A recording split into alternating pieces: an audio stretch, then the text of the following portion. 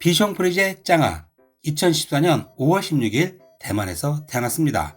짱아는 한국 나이로 벌써 9살이고요. 지난 5월 16일 8번째 생일을 맞이했습니다. 2014년도만 해도 비숑은 그리 흔한 품종은 아니었습니다. 우리는 말티즈, 푸들, 하베네스와 비숑을 쉽게 구별할 수 있지만 강아지를 정말 좋아하고 관심이 많은 사람들을 제외하고 6개월 미만의 비숑은 정말 말티즈와 구별하기 힘듭니다. 이 시기에 짱아도 밖에 나가면 말티즈 정말 귀엽네요 하는 말을 정말 많이 들었습니다. 서로는 여기까지만 하고요.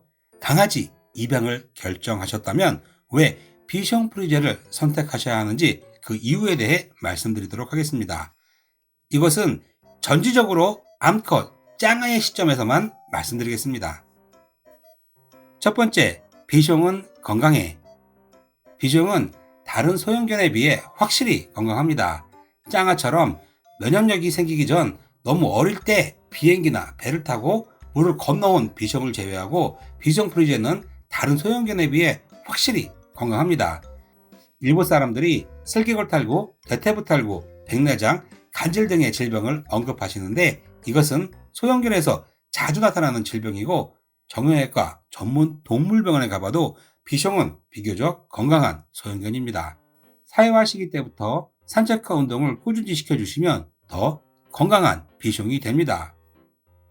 두 번째, 비숑은 너무나 사랑스러워. 비숑은 항상 가족들에게 사랑을 베푸는 품종입니다. 그리고 아는 사람들에게도 아주 다정다감한데요. 짱아의 경우 안면이 있는 모든 동네분에게 다정다감하지만 모르는 사람에게는 얼음이 되거나 심하게 짖기도 합니다. 그래도 비숑하면 사랑입니다. 세 번째, 비숑은 이중모로 털이 잘 안 빠집니다. 강아지 입양에 있어 가장 중요하게 생각해 봐야 할 것은 바로 털 빠짐입니다. 최소 15년 이상을 함께 공동체 생활을 해야 하기 때문에 털 빠짐을 무시해서는 절대로 안 됩니다. 저희 푸들 까미도 털이 잘 안 빠지지만 빗질을 해보면 확실히 비숑이 푸들보다 털 빠짐이 적습니다. 저희가 퍼그 쭈그리와 생활을 할 때 가장 고생한 것이 털이 너무 빠져 감당하기 힘들고 무엇보다도 집안 여기저기에 털을 흘리고 다니고 심지어 밥에도 털이 섞여 있을 때가 한두 번이 아니었습니다. 비숑은 털 빠짐이 비교적 적은 품종입니다. 네 번째, 비숑은 잘 짖지 않습니다. 많은 비숑이 짖음이 심한 편이고 목청도 크다고들 합니다. 예로 저희 아파트 3층 수컷 비숑을 보면 목청도 엄청 크고 지나가는 사람만 보면 엄청나게 짖습니다. 그러나 저희 짱아는 푸들 까미에 비해 짖음 정도가 약 20%도 안 됩니다. 암컷이라 그런지 목청도 크지 않습니다. 짖음에 대해 특별히 교육한 것도 없는데 정말 안 짖는 편입니다.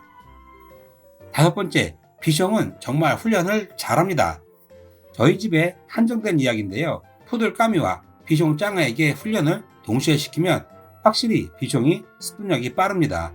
그리고 푸들은 훈련을 하다가 잔꾀를 부리는데 비숑은 비교적 주인에게 집중을 잘하는 편입니다. 여섯 번째, 비숑은 가족을 위해 항상 웃습니다. 비숑은 행동이 사랑스럽고 귀엽기도 하지만 무엇보다도 비숑을 입양해야 하는 이유 중 하나는 비숑은 다른 품종보다 더 많이 가족들을 위해 웃어줍니다. 그것도 매일매일 웃어줍니다. 비숑 짱아가 웃을 때마다 칭찬을 해주었더니 푸들 까미도 언니 짱아를 따라 어느 순간부터 웃기 시작했습니다. 비숑의 웃는 모습을 보면 하루 피로가 싹 풀립니다. 일곱 번째, 비숑 타임에 대해서. 비숑의 역사를 보면 다른 견종들과 다르게 수락견이 아닌 주로 애완견으로 개량되어 왔습니다. 그리고 다른 견종들보다 활동량도 높고 대부분 외향적인 성격을 가지고 있다고 합니다. 그렇기 때문에 충분한 에너지 소비를 하지 못하면 비숑 타임이라는 것이 온다고들 말들을 합니다. 얌전히 있던 강아지가 갑자기 집안을 미친 듯이 우다다 하면서 뛰어다니고 짖거나 점프를 하는 등의 행동을 주로 보입니다. 물론 다른 견종들도 하지 않는 것은 아니지만 특히나 비숑들에게 많이 나타나는 행동이라고 해서 비숑타임이라고 불리게 되었고, 비숑 견주들 사이에서는 그분이 오셨다 라고 표현을 하고 있습니다. 저희 짱아도 1살 전후까지는 비숑타임이 심했는데요. 지금은 짱아보다 까미가 그분이 많이 오십니다. 솔직히 말씀드리면 1살 이후로 짱아에게는 비숑타임을 거의 보지 못했습니다. 그 외에도 비숑에게는 너무나도 많은 장점이 있습니다. 아이들과 잘 놀고요. 다른 반려견들과도 잘 어울리는 편입니다. 그리고 새로운 환경에도 다른 품종보다 잘 적응하는 편입니다. 그렇다면 비숑을 키우면서 어려운 점은 무엇일까요? 첫 번째, 누가 뭐라고 해도 비숑은 정말 손이 많이 가는 품종입니다. 비숑을 키우면서 가장 어려운 것은 털 관리입니다. 빗질을 해주지 않으면 이중모특성상 털 엉킴이 무척 심합니다. 그리고 털이 엉켜버리면 잘 풀리지도 않고 어떤 미용실에서는 아예 미용을 받지도 않고 빡숑을 해야 하는 경우도 발생합니다. 저희 짱아는 비숑 중에서도 상위 1%도 아닌 0.1%의 모량을 가지고 있습니다. 비숑 전문 미용실에서도 짱아처럼 모량이 많은 비숑은 거의 없다고 말들을 하는데요.